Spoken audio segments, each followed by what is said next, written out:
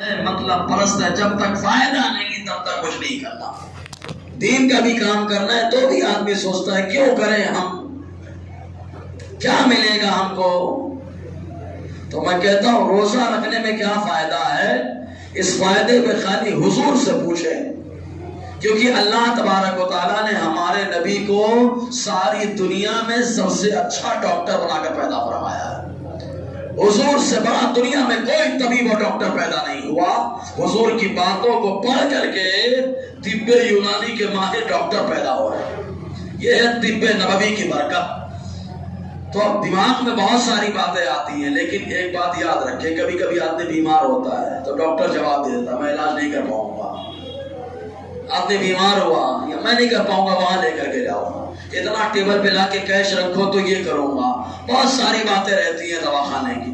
لیکن میں کہتا ہوں ٹھیک ہے دواخانے کا معاملہ ہے، آپ کچھ نہیں کر پا رہے ہیں تو کم سے کم مصطفیٰ کے فرمان پہ عمل کر کے بتائیں آپ، کیونکہ ہمارے نبی نے ہم کو کسی کا محتاج نہیں بنایا. دنیا کا ڈاکٹر جواب دے سکتا ہے کہ ہم اس بیماری کا علاج نہیں کر سکتے، اس بیماری کا کوئی علاج نہیں ہے، اس پر اتنا خرچہ آئے گا. میرے نبی ارشاد فرماتے سومو تصحو، ارے روزہ رکھ لو اللہ تعالیٰ تمہیں شفا عطا فرمائے گا. تو روزہ تو شفا کا ذریعہ ہے. اگر بیمار ہیں، لوگ بولتے بیمار ہے اس لیے روزہ نہیں ہے، بیمار ہے اس لیے روزہ نہیں ہے، سفلتا نہیں، سفلتا نہیں. میں کہتا ہوں بیمار ہے تبھی تو روزہ رکھو. کیوں، کیا فائدہ؟ کہا دوا کھانے کے لیے آپ روزہ نہیں رکھ رہے نا، کہ دوا نہیں کھاؤں گا تو یہ ہو جائے گا وہ ہو جائے گا. میں کہتا ہوں میرے نبی نے کہہ دیا پتھر کی لکیر بدل سکتی ہے، مصطفیٰ کا فرمان نہیں بدلا جائے گا. آقا نے کہہ دیا سومو تصحو، روزہ رکھو اللہ تمہیں تندرست بنا دے گا. اسی لیے تو حالات فرماتے ہیں شافی و نافی ہو تم، کافی و وافی ہو تم، درد کو کر دو دوا تم پہ کرو درود. تو آقا علیہ السلام کا فرمان. تو ہر بیماری کا علاج کیا ہے؟ بولیے نا یار، ہر بیماری کا علاج کیا ہے؟ ہاں، اب اگر کوئی بولے کہ میں بیمار مجھے سپورتا نہیں تو بول دینا روزہ رکھ کے دیکھ لو، تو ہی صورت ہوگی. اگر آپ کے حق میں اللہ نے شفا رکھ دیا ہے، روزہ رکھو گے تو روزہ کی برکت سے، مصطفیٰ کے کہنے کی برکت سے اللہ تعالیٰ ضرور تندرستی عطا فرمائے گا. اور نہیں آپ بولیں گے نہیں دوسرا کیا کام ہے، میں کہوں گا دوسرا معاملہ یہ ہے کہ اللہ تعالیٰ شہادت کی موت عطا فرمائے گا. ارے وہ کیا کم نصیب، کیا کہتے خوش نصیب ہوتا ہے وہ آدمی جو رمضان میں اللہ کی بارگاہ میں جا رہا ہے، انتقال کر رہا ہے. رمضان میں جانے میں تو حساب بھی نہیں ہے، سبحان اللہ، رمضان میں جانے میں تو حساب بھی نہیں ہے یار. تو دو ہی صورتیں، روزہ رکھنے میں یا تو شفا ہے اور یا تو شہادت کا جذبہ ہے، دو ہی معاملے ہوتے ہیں. تو یہ بیماری، ہر بیماری سے علاج روزہ ہے. آپ کہیں گے اس کی مثال دیتا ہوں. 2-3 سال پہلے چین کی بات چلی نا کہ چائنا کا ڈاکٹر ہے، وہ بولتا ہے کہ روزے میں کینسر کا علاج ہے. اس نے کہا نا، میں کہتا ہوں آپ جتنی تحقیق کرتے جائیں گے آخر میں آ کر کے وہی کہیں گے جو ہمارے نبی نے 1450 سال پہلے فرما دیا. ابھی تم کو ایک نظر آیا کہ ایک بیماری کا علاج ہے، میرے نبی نے مطلق فرما دیا روزہ ہر بیماری کا علاج ہے. اچھا، چین کے ڈاکٹر نے دعویٰ کیا، چاہتا تو ہندوستان کا بھی کر سکتا تھا، امریکہ کا بھی کر سکتا تھا، اور دیگر مقامات کے ڈاکٹر بھی کر سکتے تھے، لیکن چین کے ڈاکٹر نے دعویٰ کیوں کیا؟ وجہ کیا ہے؟ تو ہم کہیں گے یہ وجہ بھی مصطفیٰ کا فرمان ہے. زور سے یار، چین کا ڈاکٹر جو بول رہا ہے یہ بھی مصطفیٰ کے کہنے کی وجہ سے کہہ رہا ہے. دوسرے ملک کا ڈاکٹر نہیں بولا، چین کا ڈاکٹر پہلے بولا. وجہ کیا ہے؟ تو میرے نبی نے خود فرمایا اطلبوا العلم، علم حاصل کرو. کہاں تھا؟ کہا اگرچہ تم کو چین جانا پڑے، سبحان اللہ، چین جانا پڑے گا. چین میں اب تک کوئی کمال نہیں تھا، لیکن مصطفیٰ نے کہہ دیا تو اللہ تعالیٰ نے اس کے کمال میں کمال پیدا فرما دیا. یہ مصطفیٰ کے کہنے کی برکت سے. ورنہ کون سا وہاں پہ جامعہ موجود تھا کہ جہاں پر کوئی پڑھانے کے لیے بیٹھا ہو، کوئی بڑا بیٹھا ہو پڑھانے کے لیے، کوئی نہیں موجود تھا. لیکن علم و حکمت وہاں کی مشہور ہونے والی تھی، جس کو انسان نہیں دیکھ پا رہا تھا تو روح کائنات مصطفیٰ جان رحمت نے دیکھ کر کے بتایا ہے نا. تو روزہ جو ہے ہر بیماری کا علاج ہے، سب سے بڑا بینیفٹ یہ ہے. اور اسلام میں واحد ایسا مذہب ہے جو شروع میں آزماتا ہے، پھر کوئی بھی چیز ہو اس کو نوازتا بہت ہے. اب آپ کہیں گے کہ ہم کو 14 گھنٹے کا روزہ ہے، 13 گھنٹے کا روزہ، حضرت ہم کو سپڑتا نہیں ہے۔ کچھ لوگ ہوتے ہیں خاص طور سے شکر کے مریض، دیکھیں کچھ مریض ایسے ہوتے ہیں وہ الگ بات ہے، میں نے مشورہ دے دیا، حضور کا فرمان ہے ہر بیماری کا علاج کیا ہے؟ زور سے بولیے، اس میں غور کرنا تو حکیم سے پوچھیں گے تو وہ ایک بات بتائے گا۔ بولے بیماری جو ہوتی ہے وہ پیٹ کے خالی نہ ہونے کی وجہ سے، جیسے ٹانکی میں پانی بھر دو اور ایک زمانے تک ٹانکی صاف مت کرو تو اس میں کائی وغیرہ لگ جاتی ہے، گندگی لگ جاتی ہے، تو اس کی صفائی اگر کرنا ہے، پانی کو صاف کرنا ہے تو ٹانکی کی صفائی کرنی پڑے گی۔ اگر ٹانکی نہیں صاف کریں گے تو اس کی دیوار خراب ہو جائے گی، چکناہٹ آئے گی، لوگ گرنے لگیں گے، پریشان ہو جائیں گے۔ کہا انسان کا پیٹ بھی تو ایک ٹانکی ہے، پیٹ کے ذریعے سے آدمی کی بیماریاں بدن میں پھیلتی ہیں، اسی لیے حضور نے فرمایا ام الامراض البطن، تمام بیماریوں کی ماں پیٹ ہے۔ تو حکیم جب علاج کرتا ہے تو پہلے پیٹ صاف کرتا ہے، تو کہا تم پیٹ دوا دے کر کے صاف کرتے ہو، میرے نبی نے طریقہ بتا دیا، 11 مہینے تم اپنے اعتبار سے کھاؤ پیو، 1 مہینہ روزہ رکھو، اللہ تعالیٰ ہر بیماری سے شفا عطا فرما دے گا۔ تو یہ اللہ تعالیٰ کا خاص کرم ہے، ایک خاص کرم ہے۔ اور اب ایک چیز اور ہے، اب کوئی کہے کہ حضرت میں کھاتا نہیں پیتا نہیں تو میں کیسے برداشت کر پاؤں گا؟ میں کہتا ہوں کبھی کبھی آدمی سب کچھ رکھنے کے باوجود نہیں کھا پاتا ہے، صحیح ہے کہ نہیں؟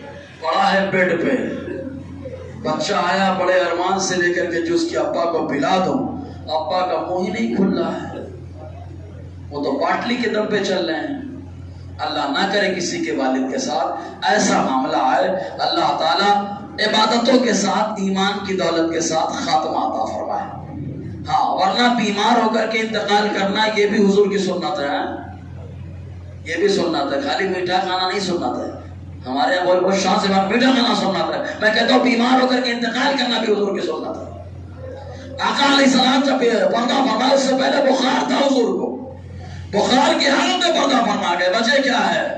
وجہ کیا؟ تو حضور صلی اللہ علیہ وسلم نے ذہن دیا، خود ایک موقع پہ حضور دعا کر رہے تھے، اے اللہ مجھے گدھے کی موت سے بچا۔ حضور کو کیا فکر ہے، وہ تو امت کو درس دے رہے ہیں، گدھے کی موت سے بچا۔ صحابہ نے پوچھا یہ کون سی موت ہے؟ کہا اچانک کی موت، کیونکہ جب آدمی اچانک انتقال کرتا ہے تو کلمہ بھی نصیب نہیں ہوتا، توبہ بھی نصیب نہیں ہوتا، اچانک انتقال کر گیا، مالک کس حالت میں جا رہا ہے، کون سی پوزیشن ہے، اچانک انتقال کر کے جا رہا ہے۔ لیکن جب بندہ بیمار ہوتا ہے تو اولاً تو بیماری اس کے گناہوں کا کفارہ ہے، حدیث میں بیماریاں مٹا ڈالتی اس کے گناہوں کو، جیسے ڈسٹر بلیک بورڈ کو صاف کر دیتا ہے تو بیماریاں جب آتی ہے تو آدمی کے گناہوں کو صاف کر کے جاتی ہے۔ مزید یہ کہ جب آدمی بیمار ہوتا ہے تو بیماری کے موقع پر ہر لمحہ توبہ بھی کر رہا ہے، صحیح ہے نا؟ آنکھ سے آنسو بہتے ہیں، ندامت کے آنسو بتا رہے ہیں کہ بندہ توبہ کر رہا ہے، اور یہ وہ آنسو ہے جنہیں اللہ پسند کرتا ہے۔ آج لوگ جا کے دوسرے کی طرف ہاتھ پھیلا کے کہتے ہیں رو رو کر کے یہ کر دو وہ کر دو، میں کہتا ہوں کبھی اللہ کی بارگاہ میں بھی تو رو کے بتا رہے آپ۔ معلوم ہے جامعہ کا جو پروجیکٹ ہے تو مطلب 2 فلور کا تقریباً 2 کروڑ، میرے دوستوں نے کہا اس بھائی صاحب کہاں سے ہوگا؟ ہم نے کہا یہ ہمارا کام تھوڑے نہیں ہے، ہمارا کام ہوتا تو ہم کو ٹینشن لینا ہوتا، ہمارا دل صاف ہے، میرا مولا جانتا ہے، امید صرف اللہ اس کے رسول سے ہے، عوام سے خالی اپیل کی جا سکتی ہے، بس عوام سے خالی اپیل۔ اور الحمدللہ لوگوں کو فون آئے، ابھی کہیں کسی کے پاس نہیں گیا میں، الحمدللہ 1 لاکھ کے اوپر سے کلیکشن چل رہا ہے میرے پاس، خالی دوستوں کے پاس جو ہے وہ الگ ہے۔ بتانا مقصد یہ ہے کہ دل صاف ہوتا ہے، اللہ نوازتا ہے، ندامت کے آنسو اللہ کو بہت پسند ہوتے ہیں، تو اللہ کی بارگاہ میں ہاتھ پھیلا کے کبھی مانگو یار۔ اب رمضان تو یہ وہ گھڑی ہے کہ جس میں اللہ تعالیٰ کسی کو مایوس نہیں فرماتا ہے، رحمت کی گھڑی ہے، تو اللہ سے مانگنا چاہیے۔ بہرحال تو بیمار توبہ بھی کر لیتا ہے، سب کر لیتا ہے، تو بیمار ہو کر کے انتقال کرنا بھی حضور کی سنت ہے۔ تو بیماری کا علاج ہے روزے کے اندر۔ تو اب کوئی آدمی کھڑا ہوا بولے حضرت ہم سے روزہ سپڑتا نہیں، تو میں نے اسی پہ بات بتائی کہ کبھی کبھی ہونے کے باوجود بھی آدمی کھا نہیں پاتا ہے، پی نہیں پاتا ہے، اور کبھی کبھی اختیار سے نہیں کھاتا ہے۔ میرے نبی نے اسی کو ختم فرمایا کہ تم کھانے پہ بھروسہ کرتے ہو، پینے پہ بھروسہ کرتے ہو، تمہارا روزہ کھانے پینے کے اندر رہے گا، دیکھو میرا روزہ کیسا ہوتا ہے۔ آقا علیہ السلام نے نہ سحری میں کچھ کھایا نہ افطاری میں کچھ کھایا، کنٹینیو کئی دن بغیر سحری بغیر افطاری کے روزہ کر رہے، زور سے یار. ہاں آج کا مسلمانوں کو ذہن دینے کے لیے تھا کہ تم سحری اور افطاری کے بھروسے، سحری کھانا بھی سنت ہے، افطاری کرنا بھی سنت ہے، سحری کا بھی حساب نہیں ہوتا، افطاری کا بھی حساب نہیں ہوتا ہے. لیکن آقا علیہ السلام کھا ہی نہیں رہے. صحابہ نقل کے چکر میں کہ حضور نے کیا ہے میں تو وہی کروں گا جو ہمارے نبی نے کیا ہے، وہ بھی بغیر کھائے پیے. حضور نے نہیں کھایا، ہم کیسے کھا لیں؟ آپ کا مسلمان سوچنا چاہیے حضور نے روزہ نہیں چھوڑا، ہم کیسے چھوڑ دیں؟ ہمارے نبی نے نہیں چھوڑا، ہم کیسے روزہ چھوڑ دیں؟ وہ تو اللہ کی بارگاہ میں ایسے ہیں کہ اگر کسی کے لیے دعا کر دے تو اللہ تعالیٰ اس کے لیے روزہ معاف کروا سکتا ہے. لیکن پھر بھی روزہ نہ کریں حضور امت کو بتانے کے لیے، بغیر سحری بغیر افطاری کے. تو حضور نے کیوں رکھا؟ امت کو بتانے کے لیے کھانے پہ بھروسہ نہیں، پینے پہ بھروسہ نہیں، طاقت کون دیتا ہے؟ کہا بغیر کھائے پیے روزہ رکھنے کی طاقت عطا فرمانے والی ذات اللہ کی ذات ہے. حضور نے کنٹینیو روزہ رکھا. جب صحابہ نے پوچھا، پہلے تو صحابہ کی کمزوری دیکھ کر مصطفیٰ نے جسم کمزور ہو رہا تھا، روح مضبوط ہو رہی ہے. روح مضبوط ہے، روح مضبوط ہے، جسم کمزور ہے، جسم کمزور ہے. جسم سے طاقت کا فیصلہ نہیں لگانا چاہیے.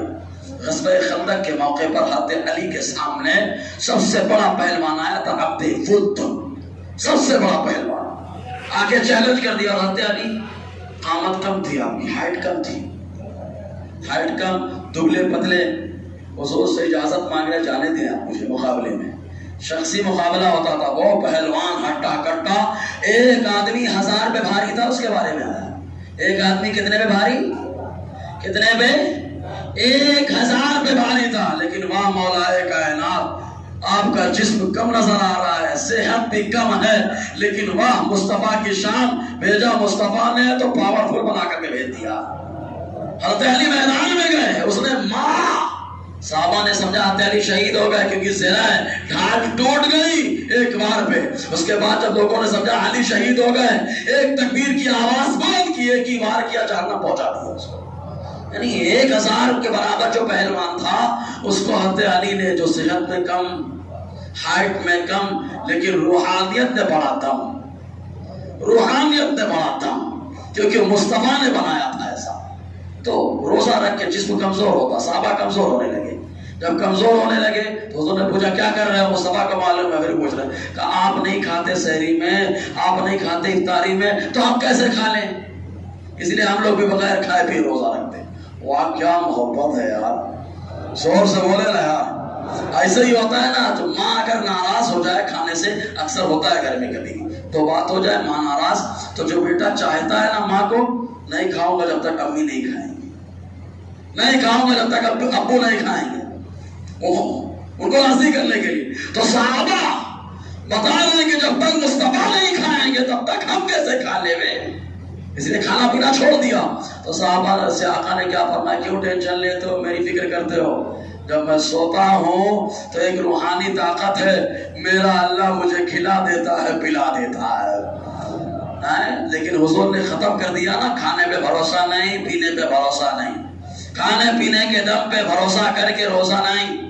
روزہ جو رکھا جاتا ہے وہ اللہ کے بھروسے رکھا جاتا ہے. روزہ جو رکھا جاتا ہے رسول اللہ کے کرم سے رکھا جاتا ہے. تو روزہ بڑی فضیلت کا حامل، پہلے آزمایا جاتا ہے پھر نوازا جاتا ہے. ایک واقعہ سناؤ، بات اپنی ختم کروں. ویسے بڑے اطمینان سے سن رہے ہیں آپ لوگ، ہے نا؟ سننے کے موڈ میں سبحان اللہ بولیے یار. اے ماشاءاللہ. پر ماشاءاللہ سننا بھی چاہیے، عمل بھی کرنا چاہیے. اور شاید جذبہ اندر سے بیدار ہو رہا ہوگا کچھ نہ کچھ تو. اور الحمدللہ میں سحری میں اپنی بات بتا رہا ہوں، پہلے تری وری کھاتا تھا، وہ تری بھی نہیں کھاتا. عجیب لگتا ہے، وہ کھا لو کیس بنائے، وضو ٹوٹ جاتا ہے بار. اب روزے میں بھی وضو بار بار ٹوٹے، بڑا عجیب لگتا ہے. تو تری بھی کھانا بند. ابھی کیا بس خالی ایک روٹی اور سبزی ہو، چاہے قیمہ، پھر قیمہ مالے گا اور دھولیا کے لیے. بھائی سحری میں اگر قیمہ نہ ملے تو مزہ نہیں آتا ہے. صحیح ہے کہ نہیں؟ حالانکہ حضور نے نہیں کھایا ہے قیمہ سحری میں، لیکن ہم لوگ قیمے کے بغیر نہیں چلتا.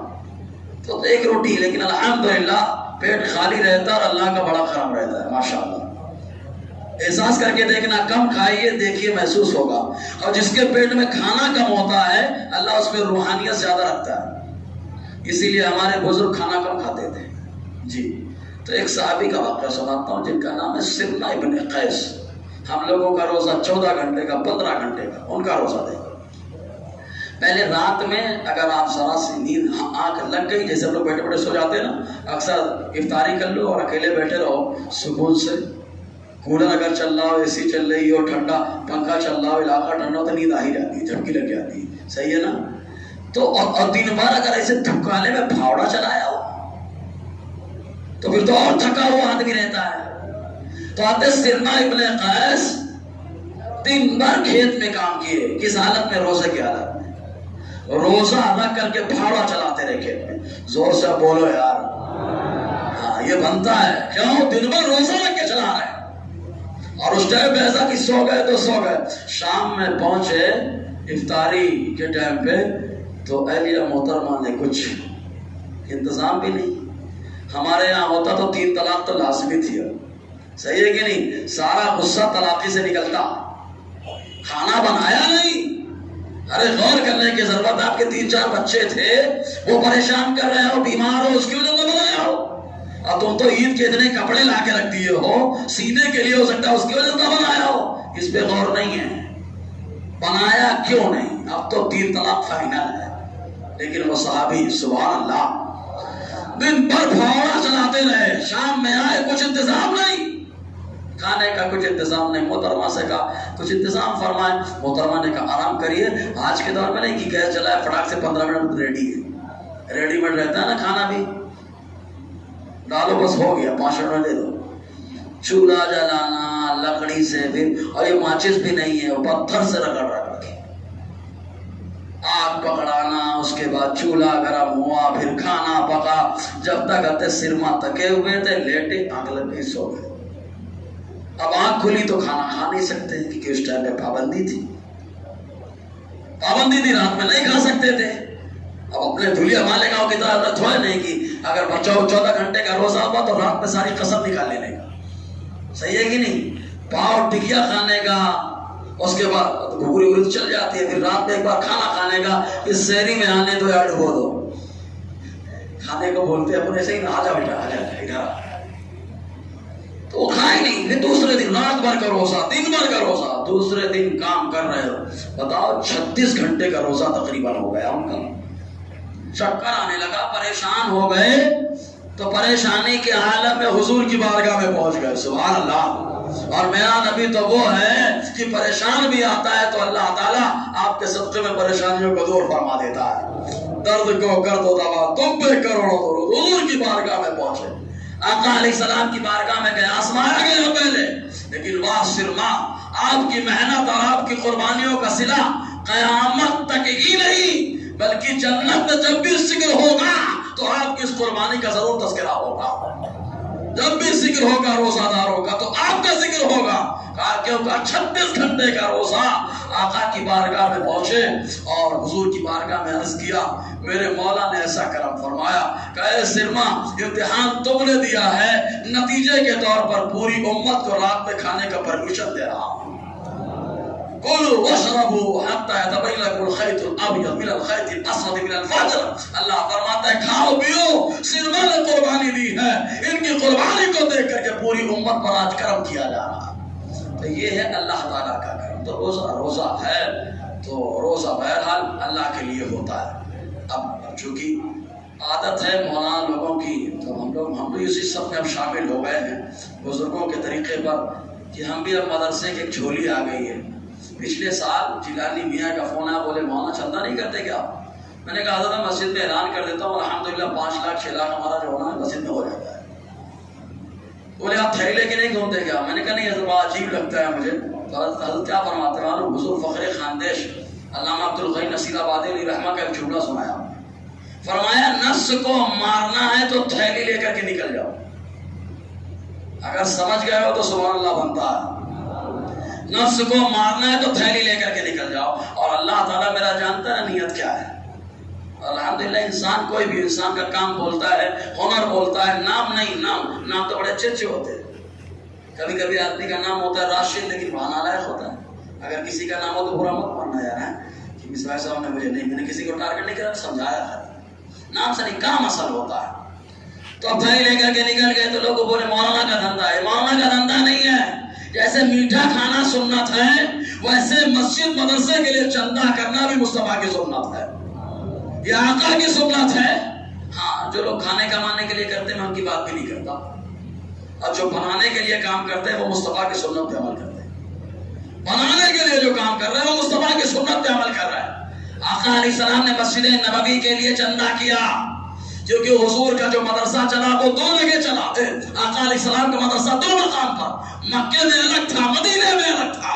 مکے میں جو تھا ایک کے گھر میں چلا، وہاں مدرسہ بھی ہے اور عبادت گاہ بھی ہے، سبحان اللہ۔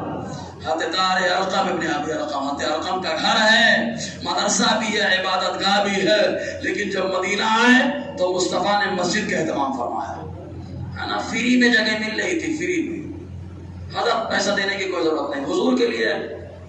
ہم لوگ تو اس لیے دیتے ہیں آج کے دور میں کہ اللہ اس کا رسول راضی ہو جائے، وہاں تو مصطفیٰ دیکھ رہے ہیں، سبحان اللہ، وہاں مصطفیٰ ظاہری نظروں سے دیکھ رہے تھے۔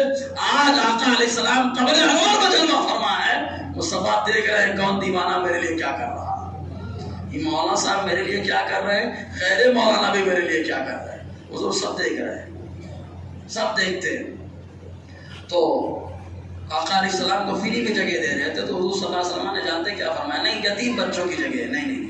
ابو بکر قیمت تو اس کی، کتنا بھروسہ ابو بکر پہ ہے یار، کتنا بھروسہ ہے، مشورہ بھی نہیں، گھروں میں ابو بکر پیسہ تو دو۔ مصطفیٰ نے کہہ دیا ہے ابو بکر کا سارا مال تو مصطفیٰ پہ قربان ہے، اسی لیے تو صلہ بھی ملا ہے۔ حضور نے ابو بکر کی منقبت سنی ہے، اور سبحان اللہ، اب واحد صحابی ہے جن کی منقبت ہمارے نبی نے سنی ہے، اور منقبت سنانے والے حضرت حسان ابن ثابت تھے، سوال ہے نا، منقبت سنی آقا نے، تاریخ ابن عساکر کے اندر بھی ہے، تاریخ الخلفاء کے اندر بھی ہے، آقا نے اشعار سنے ان کے بارے میں، قربانی ویسی ہے، جنت کے 8 دروازے آقا نے فرمایا میری امت کا ایک شخص ہے تمنا کرے کہ کاش یہ آدمی میرے اندر سے جنت میں چلا جاتا۔ ابو بکر رونے لگے، روتے ہوئے عرض کرتے حضور وہ کون ہوگا؟ آقا نے فرمایا ابو بکر وہ تمہاری ذات ہے، کہ قربانی بڑی ہے نا، آدمی قربانی سے بڑا ہوتا ہے، سمجھ ہے نا، قربانی کے بغیر بڑا نہیں ہوتا۔ بزرگوں نے بھی ہماری بڑی قربانیاں دی ہیں تب بڑے ہو گئے، آپ تو بغیر بڑے قربانی دیے بغیر لوگ بڑے بننے کے چکر میں۔ گھر میں بھی اسی بچے کی عزت ہوتی ہے جو قربانی زیادہ دیتا ہے، جو قربانی نہیں دے سکتا اس بچے کی عزت نہیں ہوتی۔ جب گھر کا یہ نظام ہے تو اللہ کی بارگاہ میں جو قربانی دیتا ہے اللہ تعالیٰ اسے پسند فرماتا ہے۔ حضرت اسماعیل نے قربانی دی، اللہ نے ان کی قربانی ذبیح اللہ کہہ دیا۔ امام حسین نے قربانی دی، دنیا کے زبانوں پر امام حسین کی شہادت کا ذکر رکھ دیا۔ تو جیسی قربانی ویسا چچا، زمین خرید لی گئی، مسجد بن گئی ہے، اب نہ ہمارے ہاں پہلی نماز پڑھنے کے لیے بڑی گردی رہتی ہے، صحیح ہے کہ نہیں؟ وہ پہلی نماز ہے چلو پڑھو، دوسری نماز میں گئے۔ مصطفیٰ نے جو مسجد بنائی پہلی نماز میں نمازی آئے، دوسری میں پڑھے، تیسری میں اور بڑھے، چوتھی میں اور بڑھے، پانچویں میں اور بڑھے۔ ہماری مسجد میں یہ محلے سے وہ محلے سے لوگ نماز پڑھنے کے لیے آتے ہیں۔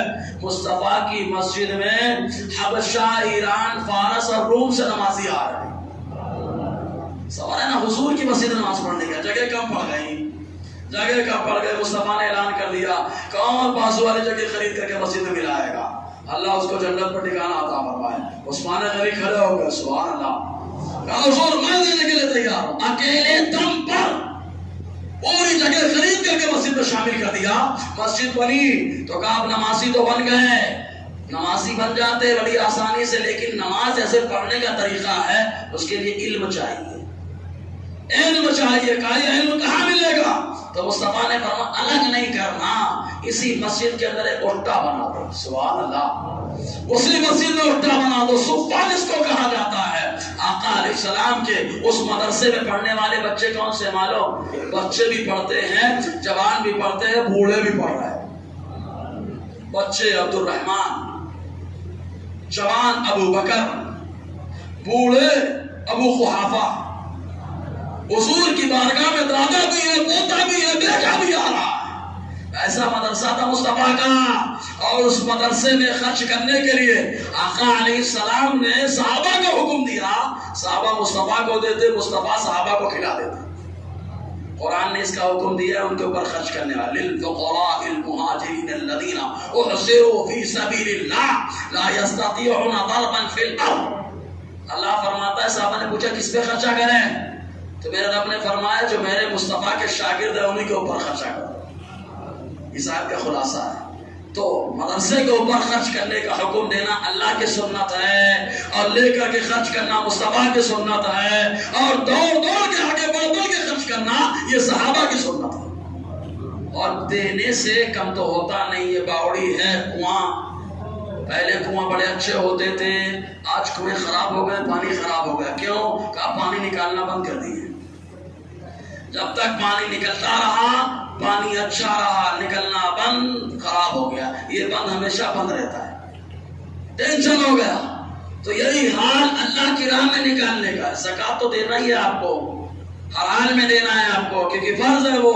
فطرہ تو دینا ہی ہے آپ کو، واجب ہے وہ. کمال زکات اور فطرہ دینے میں نہیں ہے. کمال یہ کہ اپنی حلال کمائی میں سے فریش مال، جس کو کہا جاتا ہے عطیہ ہبہ، یہ راہ خدا میں دینا کمال ہے. ہاں، اب دینے کے بعد اللہ اسے نہیں چھوڑتا. بس آخری بات ختم. آدھا گھنٹہ ہو گیا، بہت سن لیا آپ لوگ، ہے نا. زیادہ سننے کے ویسے مجھے بہت سنتے ہیں آپ لوگ، سنتے ہیں نا. ہاں، عمل بھی کریں انشاءاللہ، فائدہ ملے گا. دیکھیں کچھ باتیں آپ غور کریں گے، اندر سے بڑا فائدہ ملتا ہے. اور پہلے میں اس پہ عمل کرتا ہوں، اس کے بعد آپ کو بتاتا ہوں. میں پہلے بتا دے رہا ہوں جی. جو اللہ کی راہ میں خرچ کر دیتا ہے، اللہ کا حکم دیتا ہے، میں اس کو کبھی 7 دیتا ہوں، کبھی 10 دیتا ہوں، کبھی 70 دیتا ہوں، کبھی 100 دیتا ہوں، کبھی 700 دیتا ہوں. یہ قرآن کی آیت ہے. اور کبھی بے حساب دیتا ہوں. جو اللہ کی راہ میں خرچ کرے 7 10 70 100 700 بے حساب. اور ایسے بھی خرچ کرنے والے دائیں سے دے بائیں کو پتہ نہ چلے تو روزے محشر اللہ کا سایہ کرم، سایہ کرم، بخاری کی حدیث. تو یہ کمی بیشی کیوں؟